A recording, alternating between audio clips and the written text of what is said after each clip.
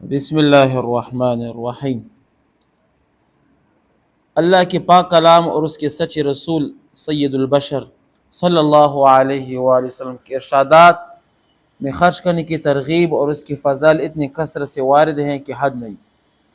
ان کو دیکھنے سے معلوم ہوتا ہے کہ پیسہ پاس رکھنے کی چیز ہے ہی نہیں، یہ پیدا ہی اس لیے ہوا کہ اس کو اللہ کے راستے میں خرچ کیا جائے۔ جتنی کثرت سے اس مسئلے پر ارشادات ہیں ان کا 10واں 20واں حصہ بھی جمع کرنا مشکل ہے۔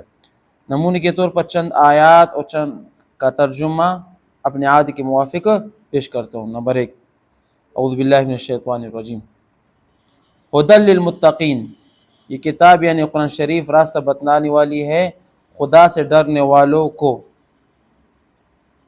الذین یؤمنون بالغیب ویقیمون الصلاة ومما رزقناہم ینفقون، جو یقین لاتے ہیں غیب کی چیزوں پر اور قائم رکھتے ہیں نمازوں کو اور جو کچھ ہم نے ان کو دیا اس میں سے خرچ کرتے ہیں۔ والذین یؤمنون بما انزل الیک وما انزل من قبلک وبالآخرۃ ھم یوقنون، اور وہ لوگ ایسے ہیں جو یقین رکھتے ہیں، ایمان لاتے ہیں اس کتاب پر بھی جو آپ پر نازل کی گئی اور ان کتابوں پر بھی جو آپ سے پہلے نازل کی گئی، اور آخرت پر وہ بھی یقین رکھتے ہیں۔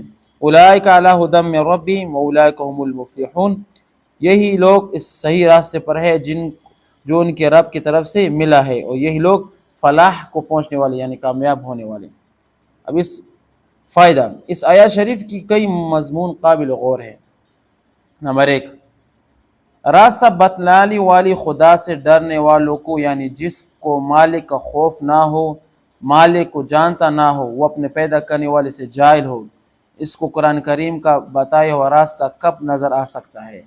راستہ اسی کو نظر آتا ہے جس میں دیکھنے کی صلاحیت بھی موجود ہو، جس میں دیکھنے کا ذریعہ آنکھ ہی نہ ہو، وہ کیا دیکھے گا؟ اسی طرح جس کے دل میں مالک کا خوف ہی نہ ہو، مالک کے حکم کی کیا پرواہ کرے گا؟ دوسرا یہ نماز کو قائم رکھنا، یہ اس لیے کہ آداب اور شرائط کی رعایت رکھتے ہوئے پابندی اور اہتمام سے ادا کریں۔ اس کا تفصیلی بیان رسالہ فضائل نماز میں گزر چکا ہے۔ اس میں حضرت ابن عباس رضی اللہ تعالیٰ عنہما کا یہ ارشاد نقل کیا ہے کہ نماز کو قائم کرنے سے یہ مراد ہے کہ اس کی رکوع سجود اچھی طرح ادا کرے، ہمتاً متوجہ رہے، اور خشوع سے مطلب یہ کہ شوق کے ساتھ نماز پڑھے، اللہ سے خوف اور امید کے ساتھ نماز پڑھے۔ قتادہ رحمۃ اللہ علیہ کہتے ہیں کہ نماز کا قائم رکھنا، ان کے اوقات کی حفاظت کرنا، اور وضو کا اور رکوع سجود کا اچھی طرح ادا کرنا، یہ تو دوسرا۔ تیسرا فائدہ، فلاح کو پہنچنا بہت اونچی چیز ہے۔ فلاح کا لفظ جہاں کہیں آتا ہے وہ اپنے مفہومی دین اور دنیا کی بہبود و کامیابی کو لے، دونوں دنیا کی کامیابی اور دین کی کامیابی، اس کو کہتے ہیں فلاح۔ ابن راغب نے لکھا کہ دنیاوی فلاح ان خوبیوں کا حاصل کر لینا ہے جس سے دنیاوی زندگی بہتر بن جائے، یعنی اخلاق اچھے ہوں، جذبہ ہو دین کا، خدمت خلق کو، یہ اس کو کہتے ہیں فلاح۔ اور وہ بقا اور غنا اور عزت ہے، بقا بھی ہے، دل کا غنا بھی ہے اور عزت ہے۔ اور اخروی فلاح 4 چیزیں ہیں، آخرت کے فلاح کتنے؟ 4 چیزیں۔ وہ بقا جس کو کبھی فنا نہ ہو، کہ آخرت میں تو کام انسان نہیں مرتا نا، اس کو فنا نہیں۔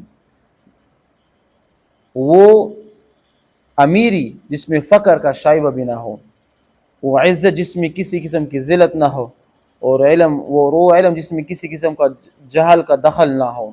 اور جب فلاح کو مطلق بولا جائے تو اس میں دین و دنیا دونوں کی فلاح آ گئی۔ اب یہ اس میں ہے نا، اب اس میں 4 چیزیں ہیں، یؤمنون بالغیب، یقیمون الصلاۃ، 3 چیزیں، ومما رزقناہم ینفقون، 3 یہ ہو گئے، اور 4تھی ایمان۔ اب اس میں مما رزقناہم بھی ہے کہ اللہ کے راہ میں خرچ کرتے ہیں۔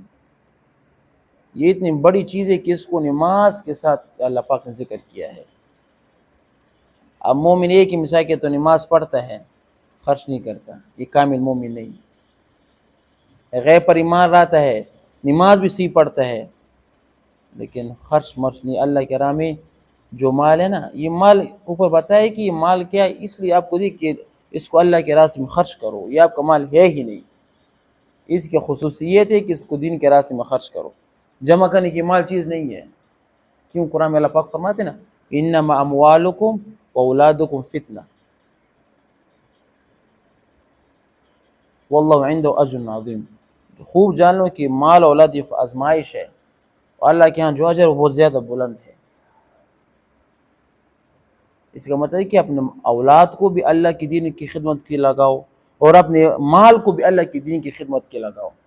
اگر اس کو نہیں لگاؤ گے تو کل آپ کے لیے آزمائش بن جائے گی، یہ آپ کا سر کے اوپر عذاب ٹھہرے گا. کہتے ہیں کہ جو لوگ مال جمع کرتے ہیں الذین یکنزون الذهب والفضة ولا ينفقونها فی سبیل اللہ، کہ وہ لوگ جو سونا چاندی کو جمع کرتے ہیں ولا ينفقونها فی سبیل اللہ کے راستے میں خرچ نہیں کرتے، اللہ پاک کیا کہتے ہیں فبشرهم بعذاب علیم، اس کو خوشخبری سناؤ خطرناک عذاب. یہ اللہ پاک، اب ہم جو بول رہے ہیں کہ اللہ پاک جو بول رہے ہیں، تو اس سے پتہ چلتا ہے کہ جو مال ہے نا یہ مال یہ آپ کا ہے ہی نہیں، اس کو اللہ کہہ رہا ابھی کتنا خرچ کریں. حضرت کعب بن مالک رحمہ اللہ رضی اللہ عنہ، جس کو تقریباً 50 دن کو جو پابندی لگی تھی غزوہ تبوک میں، یہ صحابی کسی عذر نہیں بس کہ اپنی سستی کی وجہ سے رہ گیا تھا. پھر جب اس کو مثال کے 50 دن کے بعد بارات کا اعلان ہو تو یہ اللہ کے رسول کے پاس آیا کہ اے اللہ کے رسول، اس مال کی وجہ سے میں رہ گیا ہوں، میں تمام کی تمام صدقہ کرنا چاہتا ہوں. اللہ کے رسول نے فرمایا کہ نہیں، بلکہ 30 حصہ صدقہ کرو اور 2 حصے اپنے اولاد اہل عیال کے لیے چھوڑ دو. ایسا نہ کہ پورا کا پورا مال صدقہ کرو، بلکہ کچھ نہ کچھ اپنے اہل عیال کے لیے بھی چھوڑنا ہے. ٹھیک ہے نا، مال کے 3 حصے بناؤ، 30 حصہ اللہ کے راستے میں دو، اور جو 2 حصے ہیں نا وہ اپنے گھر والوں اہل عیال کے لیے چھوڑتا ہے کہ وہ بھی کچھ کر سکے نا. اس لیے کہتے ہیں کہ وصیت کیا ہوتی ہے؟ وصیت، ایک آدمی جب فوت ہو جائے تو وہ ایک وصیت کرتا ہے، وصیت کا اطلاع اب اس کے مال کی 30 حصے پر ہوتا ہے. ایک آدمی مثال کہ مر جاتے ہیں، وہ یہ کہتے ہیں کہ میرے مرنے کے بعد تمام کی تمام مال اللہ کے راستے میں دو، یہ قبول نہیں ہوگی، بلکہ اس کے مال کی 3 حصے بنائے جائیں گے، 30 حصے میں وصیت جاری ہوگی اور 2 حصے اس کے اولاد کو ملیں گے. یہ وراثت کا قانون ہے. کیوں؟ اس کی اولاد کیا کرے گا؟ سوال کریں گے لوگوں سے؟ نہیں نہ نہ، اس کا اولاد کے اس مال پر حق ہے. کہ جب بھی کوئی آدمی وصیت کرتا ہے تو اسلام کہتے ہیں کہ 30 حصے میں مال کے 3 حصے بناؤ، 30 حصے میں یہ وصیت جاری ہوگی، اس کو اللہ کے راستے میں خرچ کرو اور 2 حصے اپنے اولاد کو چھوڑ دو. صحیح ہے نا؟ تو یہ جو ہے نا ابھی دوسری آیات ہے، دیکھیں یہ بھی بہت بڑی آیات ہے. وَأَنفِقُوا فِي سَبِيلِ اللَّهِ، اور تم لوگ خرچ کرو اللہ کے راستے میں. وَلَا تُلْقُوا بِأَيْدِيكُمْ إِلَى التَّهْلُكَةِ، اور اپنے ہاتھوں، آپ کو اپنے ہاتھوں تباہی میں نہ ڈالیں، آپ کو اپنے ہاتھوں تباہی میں نہ ڈالیں. وَأَحْسِنُوا، اور اچھی طرح کیا کرو. ان اللہ يحب المحسنین، بے شک اللہ تعالیٰ محبوب رکھتا ہے اچھے کام کرنے والوں کو. یعنی صدقہ دو تو اس میں مثال کہ تو اپنے منہ کو ترونج نہیں بنانا چاہیے، بلکہ کھلے دل سے خرچ کرنا چاہیے. وَأَنفِقُوا فِي سَبِيلِ اللَّهِ، اللہ کے راستے میں خرچ کرو. ٹھیک ہے نا، لیکن بتایا وَلَا تُلْقُوا بِأَيْدِيكُمْ إِلَى التَّهْلُكَةِ، اور اپنے ہاتھوں کو تباہی سے بچاؤ، یعنی صدقہ کرو.